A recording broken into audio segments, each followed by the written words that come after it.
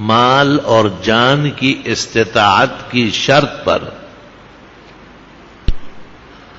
زندگی میں ایک مرتبہ حج بیت اللہ فرض فرمایا ہے۔ بخاری میں ہے کہ جب آپ نے حج کی فرضیت بیان کی تو اقرا ابن حابس نے پوچھا العامنا ھذا یا رسول اللہ ام للابد قال بل للابد، ہر سال ہو گیا زندگی بھر میں؟ کہا بس زندگی بھر کے لیے ایک دفعہ کافی۔ درست بات یہ ہے کہ ہجرت کرنے کے بعد 10 سالہ دور مدینہ میں پیغمبر صلی اللہ علیہ وسلم نے حجۃ الوداع فرمایا ہے، اور ہجرت سے پہلے مکہ مکرمہ کے ایام میں اور ادوار میں نبی کریم صلی اللہ علیہ وسلم کے حج ہوئے ہیں یا نہیں؟ برہان الدین حلبی نے اپنی کتاب الانسان للانسان میں لکھا ہے کہ حج جزیرے کے لوگوں کی عام عادت تھی، اور رسول اللہ صلی اللہ علیہ وسلم ایام حج میں مزدلفہ اور مینا اور عرفات میں دیکھے گئے ہیں۔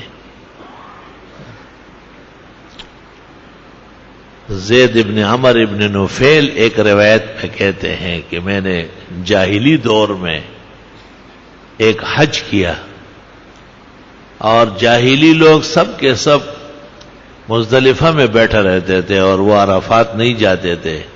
میں نے ایک حسین جمیل نہایت صحت مند، ایسا جیسے آسمان سے فرشتہ زمین پر اترا ہو، ایک عرب جوان کو دیکھا کہ وہ عرفات میں قبلہ رخ ہو کر دعائیں مانگ رہے ہیں۔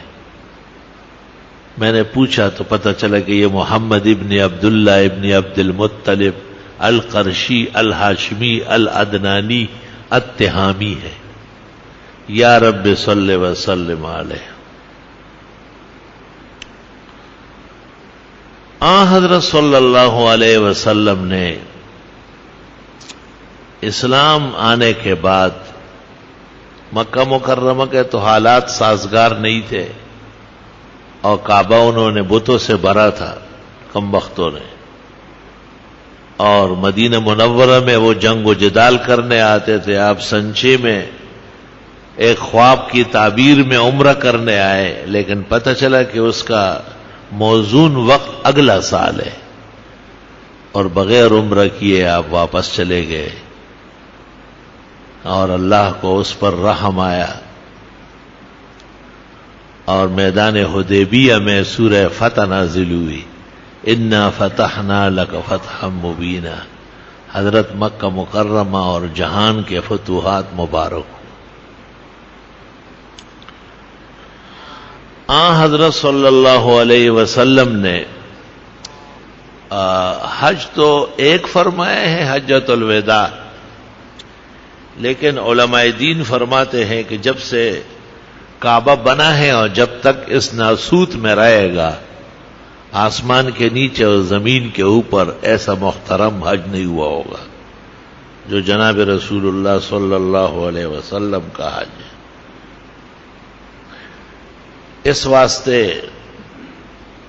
تمام حج اور عمرے، طواف اور کائنات کی جو عبادات ہے وہ آپ کی عبادات کا پھل اور ثمرہ ہے۔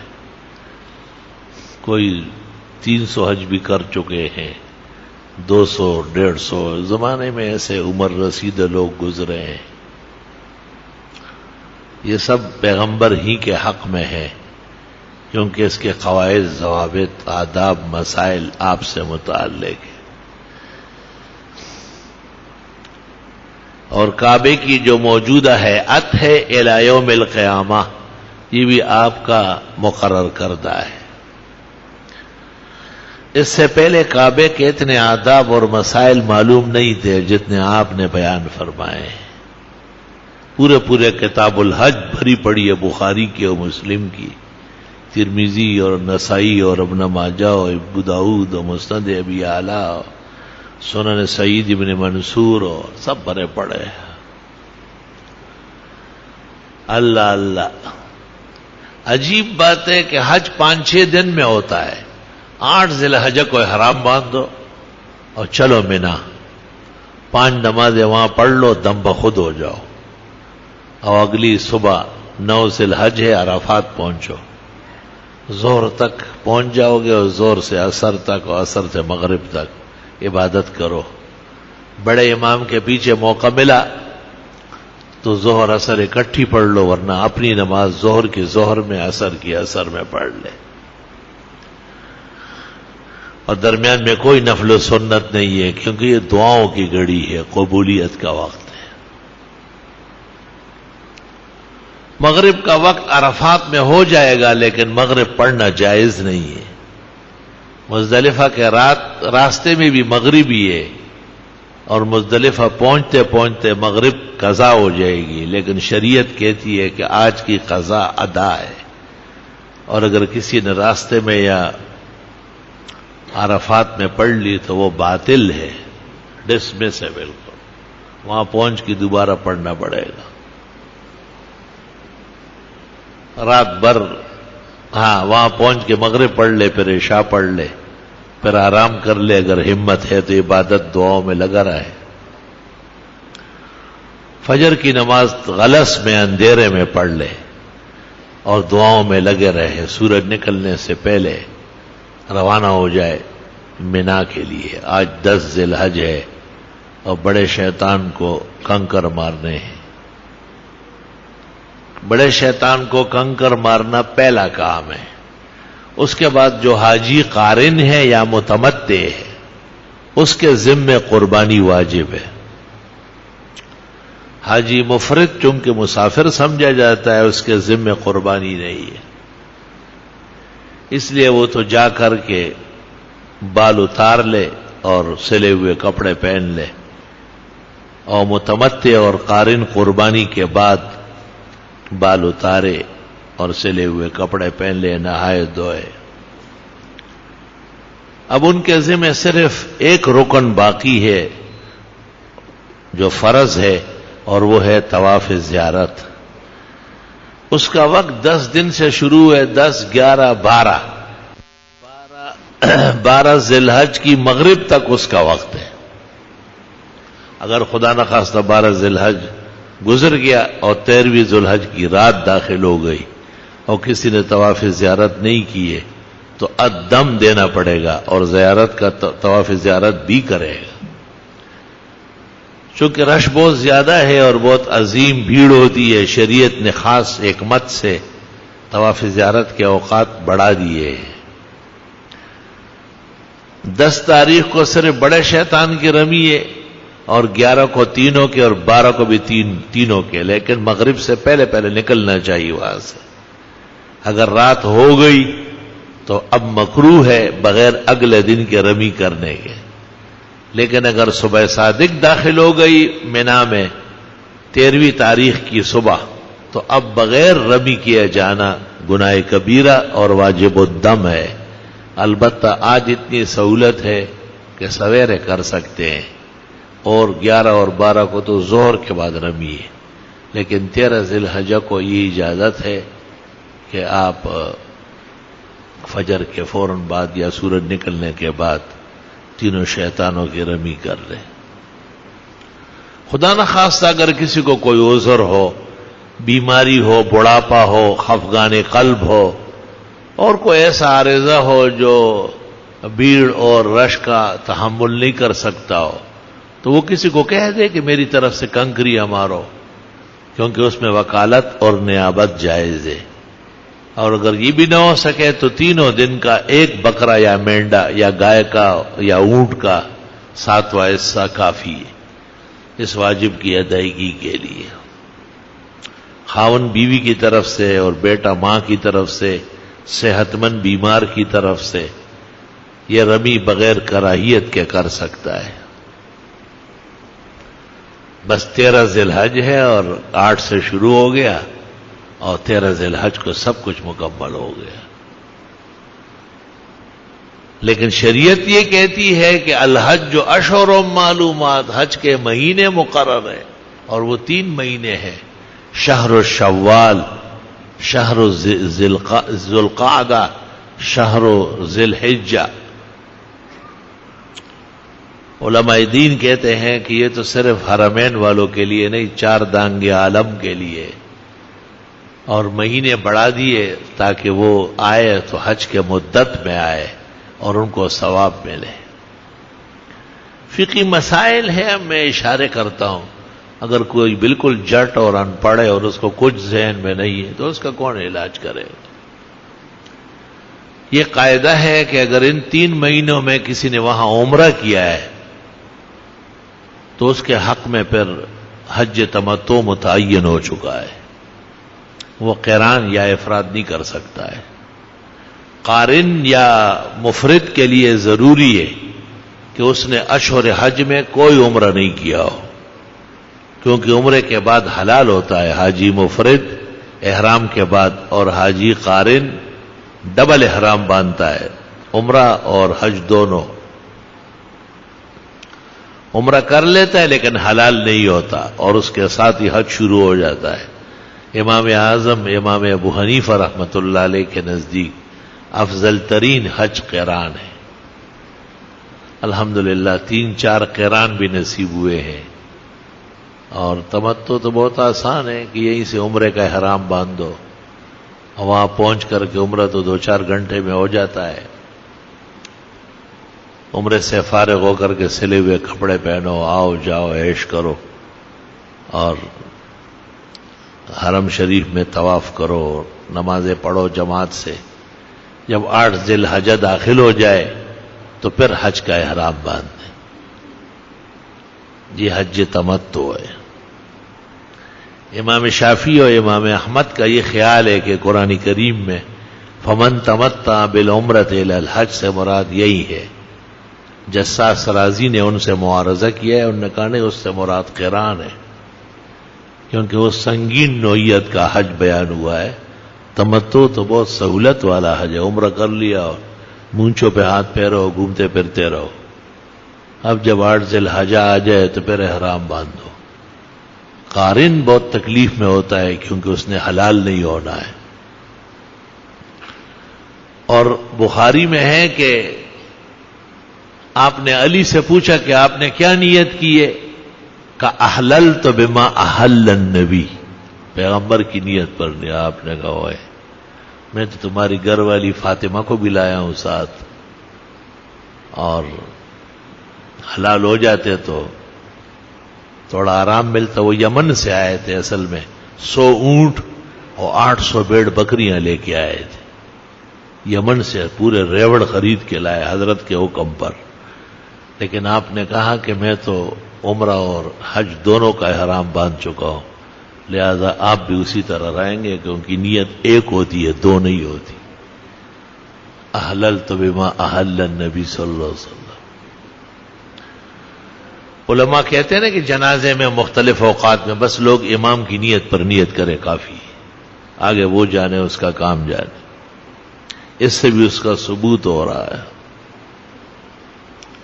قربانی تو حج کی ایک ہوتی ہے، حنفیہ کے نزدیک قارن پر ڈبل قربانیاں ہیں، ایک دم قران ہے اور ایک باقاعدہ وجوب اضحیہ ہے۔ حضرت صلی اللہ علیہ وسلم نے تو اپنے ہاتھ سے 63 اونٹ نہر کیے، سینے پہ جو نیزہ مارتے گھٹنا باندھ کے، اور 63 کے بعد آپ نے علی کے حوالے کیا، کیونکہ گھر کے آدمی ہے، داماد ہے، چچزاد بھائی ہے، اب باقی تم کر لو۔ اور اس سے پہلے ہر سال آپ 2 بکرے اور 2 مینڈے فرماتے تھے، عام معمول آپ کا یہی تھا۔ آپ کے بہت زیادہ شوق عبادت اور ولولے سے صحابہ کرام کو کچھ شک پڑ گیا تھا کہ شاید آخری حج ہے۔ جب آپ نے عرفات میں خطبہ دیا تو کہہ دیا باقاعدہ کہ آپ میری باتیں غور سے سن لیں جو میں کہتا ہوں، لعلی لا اراکم بعد عامی ھذا، شاید آئندہ سال میں تمہیں نہ دیکھ سکوں۔ آئندہ سال سے پہلے آپ کا وصال ہو گیا۔ اللہ حج اور عمرے پر بزرگان دین نے بڑی بڑی تصنیفات کی ہے.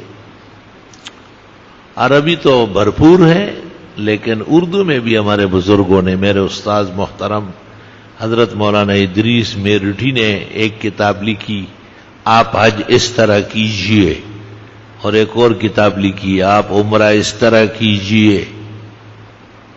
حضرت نے بھی 47 حج کیے تھے اور عمروں کا کوئی حساب نہیں تھا، سال میں 6-7 دفعہ آنا جانا تھا. آپ بھی مولانا انور شاہ کشمیری کے معینات شاگرد تھے، ڈابیل کے خریج اور فاضل تھے. جامعہ اسلامیہ بنوری ٹاؤن میں آپ تفسیر اور حدیث کے مقتدر استاذ تھے. ہم نے جلالین، حماسہ، صحیح مسلم، نسائی حضرت سے پڑھی ہے. اور مفتی اعظم پاکستان، مفسر قرآن، فقیہ وقت حضرت مولانا مفتی محمد شفیع صاحب رحمت اللہ علیہ نے ایک کتاب لکھی ہے احکام حج. یہ بہت اچھی کتاب ہے، حاجیان مزاجیان اپنے پاس رکھ لے. یہ آسان بھی ہے اور اس کی اصلاحات بھی بہت ہو گئی ہے. اس کا طریقہ یہ ہے کہ جیسے روانگی، تو روانگی کے صرف مسائل دیکھے اور نہ دیکھے، بس صرف روانگی. پھر احرام، تو احرام کے پورے مسائل دیکھ لے آپ. پھر جدہ ایئرپورٹ، جدہ ایئرپورٹ پہ کیا طریقہ ہے، احرام کی کیا پابندیاں ہیں، کیا کیا چیزیں منع ہیں جنہیں جنایات کہتے ہیں. پھر مکہ مکرمہ پہنچنے کے آداب، مسائل، احکام، صرف وہ دیکھے. پھر بیت اللہ شریف نظر آنا اور کعبہ شریف سامنے آنا اور طواف شروع کرنا اور طواف میں استباء کرنا، یعنی مونڈے سے جو ہے نا وہ چادر نکال کر دائیں سے بائیں پہ ڈالنا، اور طواف کے ابتدائی 3 شوطوں میں رمل یعنی پہلوانی کرنا، اور طواف کے جتنے مسائل، احکام و آداب حضرت صاحب نے سب لکھے. طواف پورا ہونے کے بعد زمزم کا پانی پینا، پھر آ کے ملتزم سے لپٹنا، پھر مقام ابراہیم پر 2 رکعت پڑھنا. ساتھ ساتھ دیکھیں گے تو یاد رہے گا. انہیں اس زمانے کے مسٹر صاحبان کے تو حافظے ختم ہو چکے ہیں، سارا حافظہ اور علم تو وہ کالج میں چھوڑ کے آئے. جو تھوڑا سا اور تھا وہ بینک بیلنس میں چلا گیا، ذرا سا اور باقی تھا وہ اور جو ہے نا مال کے شوق نے اور اکو بکو سندر بکو نے بگاڑ دیا. تو وہ خالی ٹانگو رہ گیا، 2 باقی کچھ نہیں ہے. میرے پاس آ جاتے، میں سمجھاتا ہوں، کہتے جی یاد نہیں وہ لکھ کے دے. میں نے کہا میں تمہارا مزدور ہوں کیا، میرا کوئی اور کام نہیں، تو میں لکھتا رہوں گا. اب تو میری 40 جلدیں شائع ہو چکی ہوتی. شکر نہیں کرتے ہو کہ ہم بیان کرتے، اس کا دماغ نہیں، حافظہ خراب ہو چکا ہے. تھبا کہتے جی آپ کا بہت اچھا حافظ ہے. میں نے کہا ہم آپ کے جیسے پاگل ہے کیا؟ ہمارا تو کام اوڑھنا بچوڑنا، حیات ممات، ساری زندگی ایک ہی کام ہے، دوسرا کرنا ہی نہیں. آپ بھی بچے کو اسکول کا گیٹ نہ دکھائے، یہ غیرت پیدا کرے، پتہ چلے گا. اول تو بیوی پٹائی لگائے گی روز، اور صرف اس کو قرآن، سنت، فقہ، حدیث پڑھا لے. دیکھیں انور شاہ کشمیری، حسین احمد مدنی، اشرف علی پیدا ہوتے ہیں یا نہیں؟ نصف سے زیادہ صلاحیت، قابلیت، ذہانت وہ وہاں ٹیسٹ پیپروں میں اور اکو بکو میں برباد کرا کے جب صرف ٹانگر رہ جاتے ایسے خالی تنگ کا، اس کو کیسے یاد ہوگا؟ وہ یاداشت تو ختم کر چکا ہے. ویسے انگریز ریٹائر کرتے تھے، وہ کہتے ہیں ابھی یہ کسی کو مارنے والا ہے چاقو، جاؤ اپنے گھر وہیں پڑے رہو. اب یہ ریٹائر پائلٹ کو رکھ لیتے ہیں، وہ جہاز لے کے پہاڑ کے ساتھ لڑا دیتا ہے، بس وہ بھی گیا اور جان بھی گیا. بھائی کچھ وقت کا، دماغ کا، زندگی کا خیال رکھنا ضروری ہے.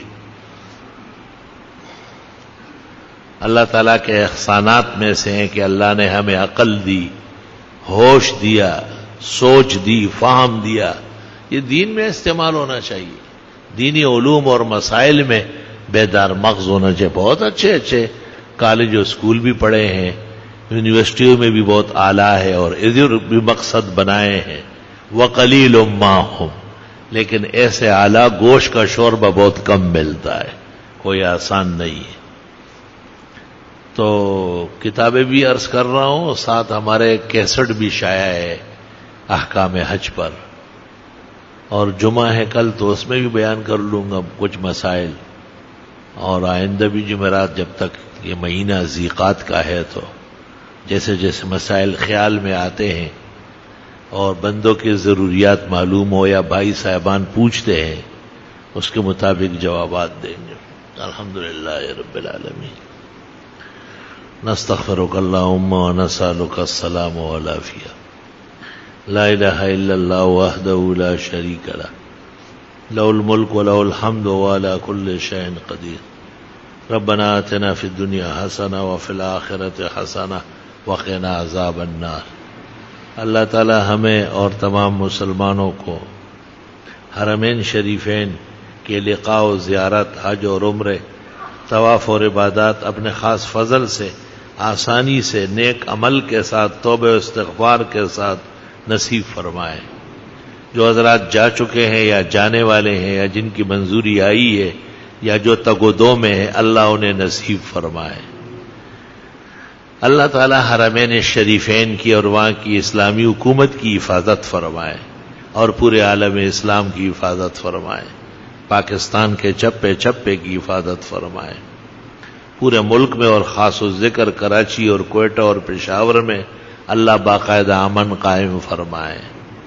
اللہ سبحانہ و تعالی بیماروں کو صحت شفا دے، مسلمان مرحومین کی مغفرت فرمائے، اور اللہ پریشان حالوں کی مدد فرمائے، مشکلات میں گرفتاروں کی رہائی اور دستگیری فرمائے، جن کی جو مراد ہے اللہ عطا فرمائے، جو دعائیں ہیں اللہ قبول فرمائے۔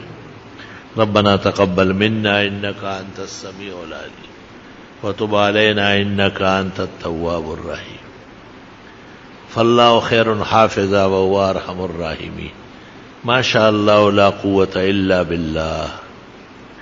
سبحان ربک رب العزت عما یصفون وسلام علی المرسلین والحمد للہ رب العالمین، وصلی اللہ تعالی علیہ۔